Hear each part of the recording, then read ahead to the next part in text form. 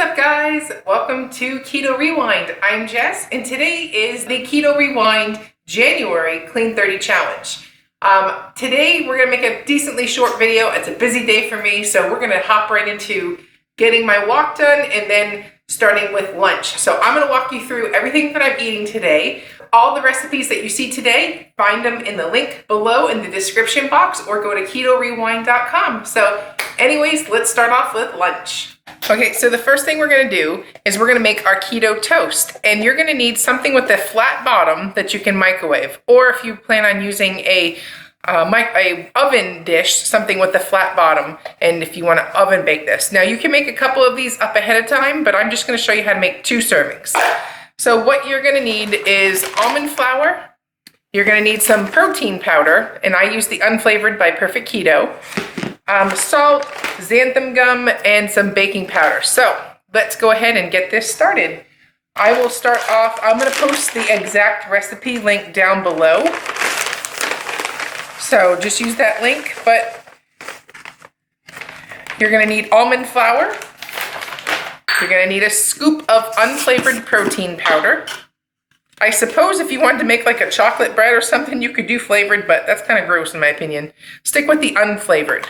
And it's a great way to get your protein in as well. I'm gonna use, this is my sweetener, it's Boca Sweet, but use your favorite keto approved sweetener, such as Lakanto monk fruit or Swerve, So Nourished, one of those. So anyways, link for this one will be down below as well. And we're gonna need a 3-finger pinch of salt. I measured that and I found that my 3-finger pinch of salt is a 1/4 teaspoon. So FYI, measure that if you're curious. And xanthan gum is the next one. This is gonna act like our binder. So you're gonna need a quarter teaspoon of xanthan gum and a heaping 1/2 teaspoon of baking powder. And all I'm gonna do is mix this up, and then we're gonna add some water to it and pop it in the microwave. That is how easy it is to make this keto toast. Okay, now once that's all mixed up, I'm gonna put 70 grams of water, or I found that 1/3 cup is just the right amount. Mix that up, and we're gonna put it in the microwave for 90 seconds, or it's gonna be based off your own microwave's abilities. So, but for mine, I use 90 seconds. Seems to be perfect. So scrape the sides down and give it some taps because we want our bread as flat as possible. So into the microwave we go. Okay, so it's out of the microwave, and now I'm gonna do a second step to make this bread more easily to work with. So I'm gonna use my air fryer. You can use a toaster, you can use the broiler in your oven, but the main thing is I like to flatten it out too to get a good shape. But the main thing is you want to get 4 slices out of this. So I'm gonna take my bread knife, cut it in half this way. And as you can see, before I toast it, you can see it resembles like a real piece of bread. So being that it kind of cooked a little not straight, it's gonna be a little bit of a difficult cut, but just mind it. It's okay if it's not perfect. This probably is not gonna turn out photo worthy. But it stayed together for the most part. Well, then we'll do it again on this side.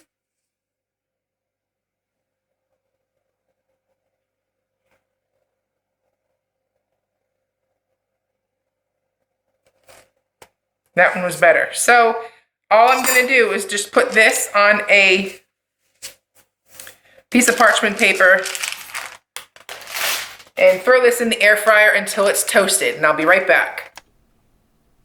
All right, so let's fry up some eggs. I'm gonna do 1 tablespoon of butter and let that melt in the pan, and then I'm going to do 3 eggs. Now, how many eggs that you do will greatly depend on your macros. I need 3 to make it fit right. I'm also going to sprinkle salt and pepper on my eggs. Salt's a great way to get in your electrolytes, so don't skimp out on that and don't be afraid of salt. And next thing, we're going to just flip those. And if you want your yolks ready, go for it. Runny, go for it. There's a peek of the toast. And we're going to flip up our eggs, and once the toast is completely toasted in the air fryer, which I love, by the way, we're going to assemble our sandwich. Okay, so the next thing is, how do you know when you have a good avocado or not? My trick is I put my fingers on the top and the bottom and squeeze. If it's soft, it's good to go. If it's hard and you can't squeeze, put it back or set it on the counter for a couple of days. But we're gonna make I missed my line completely. We're gonna make a avocado spread for the top of my toast. And to this, we're just gonna add onion powder, garlic powder, and salt and pepper. You can just slice the avocado. You don't have to mash it, but I'm gonna make this be like my butter for my toast. So just mash up your avocado and then lightly season it or not, and enjoy. And now remember, if you saw my Keto Pantry staple video, you'll see that if sometimes you turn into a avocado and it's spoiled, I keep holy guacamole in my fridge for times like that. So, but avocado is a wonderful source of fat. Don't be afraid of it. And it's actually the only fruit that is okay on keto. Okay, let's season it up. We have a little bit of garlic powder, probably 1/8 of a teaspoon. Same thing with the onion. Just a little bit. And salt and pepper. I like pepper. Don't judge. And all we're gonna do now is mix this up and spread it on top of our toast. Easy as that. You're getting your electrolytes from the pink salt, and you're getting your good source of fats from the avocado. You're getting your eggs. Everything is in this meal. So next, let me show you the next step. Okay, so here's what the keto toast looks like when you toast it. Now you can pick it up and move it all around without it breaking apart. So that's one of the main reasons why I toast it. Total optional step, but enjoy toast if you're gonna have toast, right? So next, let's plate our meal. Okay, so here we are.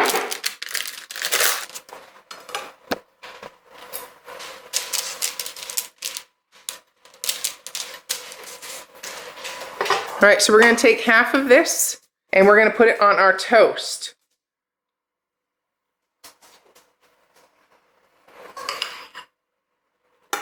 And you could get really fancy and make this a egg sandwich and put the egg on there, or you can just enjoy it this way. So here is lunch today.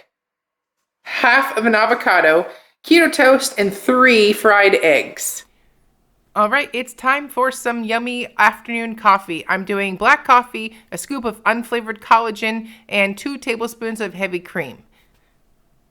Next, we're gonna make our dinner, and I'm gonna weigh out our green peppers, our onion, and write those numbers down. How much your peppers and onions weigh is gonna depend on the ones you have, and so write that number down. And next, we're going to shred some of this this grass-fed Monterey Jack cheese.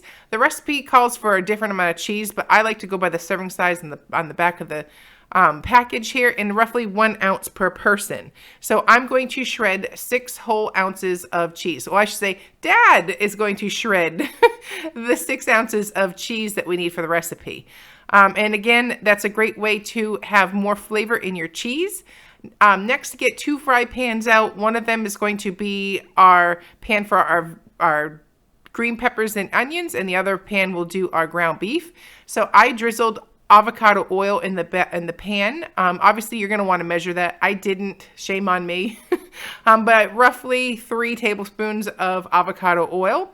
Mix that around and let that set up while we cook our ground beef. I have I forget how much I have I have it written down, but I have ground beef here, and then I'm adding garlic powder and onion powder.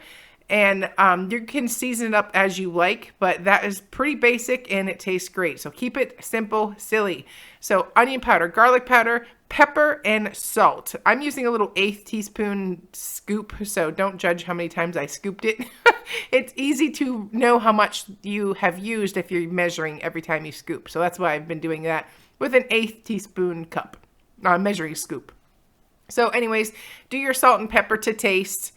And then we're going to mix that up and brown that meat. So meanwhile, also put it on your your veggies, salt and pepper on your veggies, that is. And I'm just gonna break up the ground beef and cook it until the juices turn clear.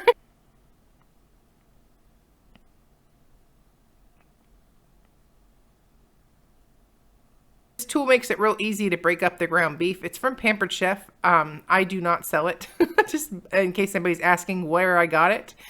And then there's the onions and peppers have finished cooking, and our ground beef is ready to go. So now we're going to pull out a baking sheet and put 6 ramekins or baking safe cooking dishes on there, and we're going to spoon out 6 servings of meat in each of the ramekins. Now, obviously, my kids are the small ones on the right. They're not getting as much, so I'm actually having 1.5 servings of this recipe. And me and my dad and Kyle will basically eat the leftover of their portion. So we're each having like a serving and a quarter or so, if you will. Next, top with some cheese. This is an optional step. You can leave the cheese out and then cover with peppers and onions. And that just helps put it all together. It's just American cheese. Like I said, you can completely omit that step, but I was feeling like I wanted American cheese, so I had it. And put your peppers and onion mixture on top, and then you're going to take our freshly shredded Monterey Jack cheese and divide that among the 6 ramekins. I should say 4. My kids wanted more of the American, so I just did the Monterey Jack for the adults, but put it under the broiler until nice and bubbly like this. And it is so delicious and so easy. So there's the final product of all the cheesy goodness and the meat and the veggies. Alrighty, I ran out of time today and wasn't able to do the macros, but hopefully after the last 8 videos, you have a better understanding of how to create those macros in your food diary. So I will see you tomorrow at the next video. You're watching Keto Rewind. I am Jess. Bye.